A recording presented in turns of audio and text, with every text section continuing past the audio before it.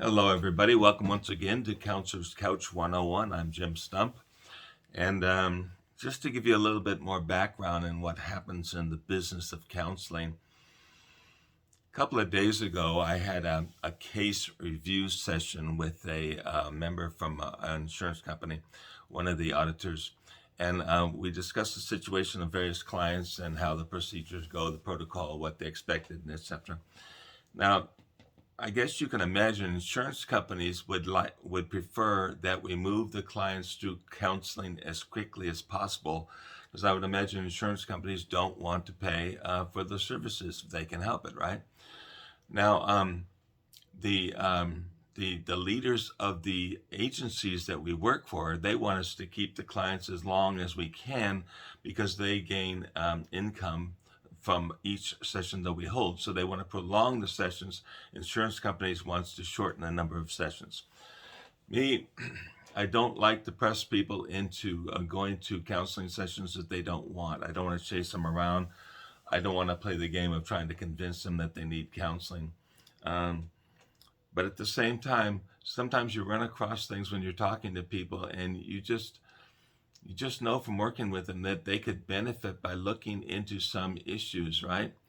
I'm a believer in counseling. I think everyone could benefit from counseling, but that's just my bias, and I admit it, right?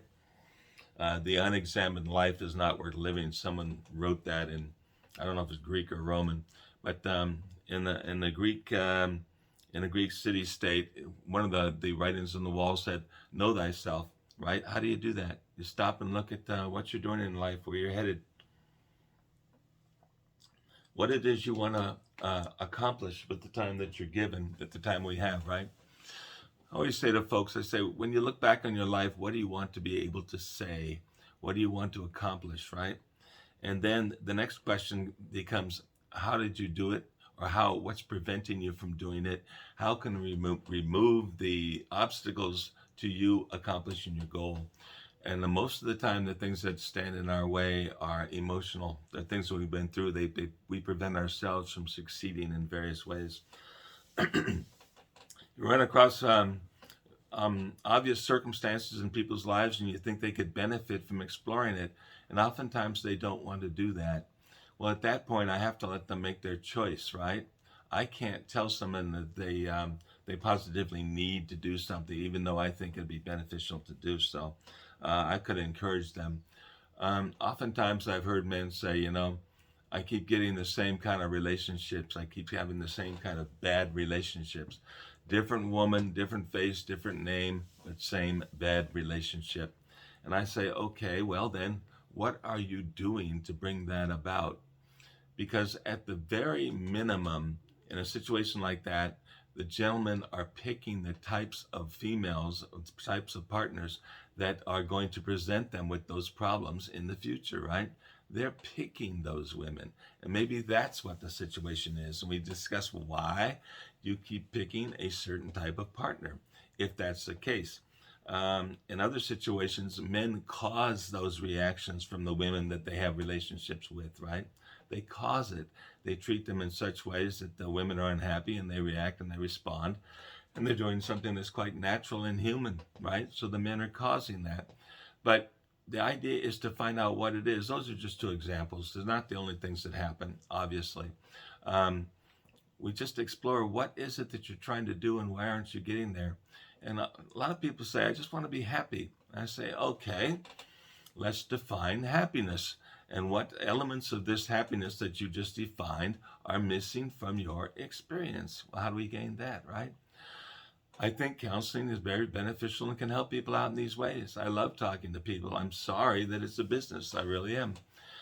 If I was independently wealthy and I could talk to folks and not have to worry about income for pay for my house and the computer here and all the things that you have to pay for in this life, I think that would be something that I enjoy doing. I like talking with people. I met a lot of really wonderful people through counseling. I still do. And there's a lot of people who are really nice who could just use a little bit of emotional support to get them from where they are onto the next place that they want to be. And this is really enjoyable, sort of an occupation to be involved in when it comes to that. Yes, there are difficulties, but I can't choose for someone whether or not they should continue working on the issues that are preventing them from being happy. I can't force them to do that. I can encourage them. Um, Oftentimes, people don't pursue them because of fear, of some sort of a fear. You know, every sort of a bad behavior has what they call a secondary benefit. It really does, right? Otherwise, we wouldn't do it. And if you look at a situation, you say, okay, what's going on? Why is it going on? And what does it get you? Oftentimes, it protects a person in some way or another. That's why they do it. It defends them from something they don't want to face or they don't want to think about, or some change in themselves or in their circumstances that they don't want to go about changing because it's difficult.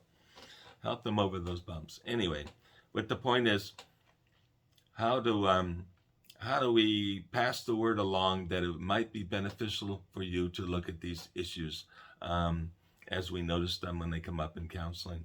I can only say them. I can only point them out to people. I can only ask them, is that working for you? Are you getting what you want out of life? Not out of counseling, but out of life, right? And if you're not, then it's something to look at and say why. Sometimes we want something that's inappropriate in the sense that it's not good for us. It wouldn't work for us. We wouldn't be happy if we were doing it, right? So all these sorts of things that can be discovered when we do good counseling, right? I can recommend that always to all people. I think everybody should have someone to talk to, whether it's a professional counselor or not, somebody to talk to, vent to, get the stuff out in a safe environment. That is probably, I want to say it might be the single most important or beneficial thing we can do in counseling. And you don't need to be looking for a paid professional in order to get that to happen. You need to find someone who is willing to listen and let you talk and let you get it out. So when I say counseling, I don't mean just professional situations. There are a lot of folks who are helpful in the world. You can find a good friend, a relative, a neighbor, someone at a church or someone at your work or someone anywhere, maybe a bowling alley comes to mind. Wherever you find that help, I suggest you avail yourself of it, right? But the business of counseling, there's a sort of a push and pull or tug of war going on between the insurance companies and the owners of the agencies that want to continue the counseling as long as possible. The counselor is put in the middle between those two forces. Someone is saying, you know, we want you to get as many hours as possible because we want money for our agency. And the other one is saying, we want you to do the best work possible as quickly as possible to move them through the system because essentially they don't want to pay for it.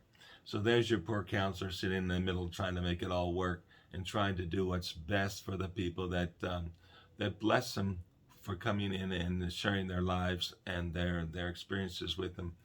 I've said it before, all counselors say it, we learn more from our clients than they get from us, right? It is very true. So we are blessed to be in this sort of occupation. But that's just a brief glimpse into what goes on the other side of the desk or the other side of the couch, as it may be. That's what happens. We do need to have clients in order to pay our bills and make a living, etc. And at the same time, we're trying to do what's best for the people who come through the door, every single one of those people. And that takes a bit of technique and experience and desire to want to help, right? People have asked me if they can have conversations with me. I say, yes, I can. I explained this earlier in a previous video. We can only provide what they call professional counseling in the state or states in which a counselor is licensed, right?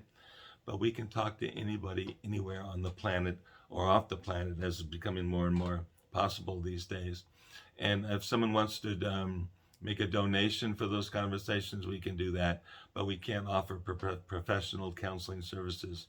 If you'd like to talk, send me contact information.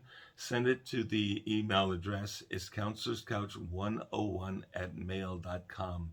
counselorscouch101@mail.com, and say that you'd like to, if possible, have a time to talk together, and we'll work something out.